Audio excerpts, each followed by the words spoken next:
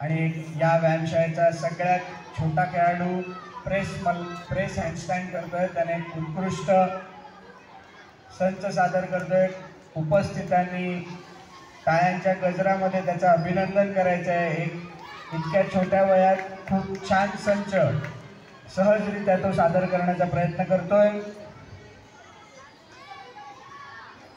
दोरीच्या मल्लखांबावर गोरेगाव जिमखाना या संस्थेची खेळाडू आज्ञा देसाई, या संस्थेचे प्रमुख प्रशिक्षक आंतरराष्ट्रीय पंच श्री स्वप्नील वडके सर, मुंबई उपनगरातील एक नामवंत आणि जुनी संस्था गोरेगाव जिमखाना।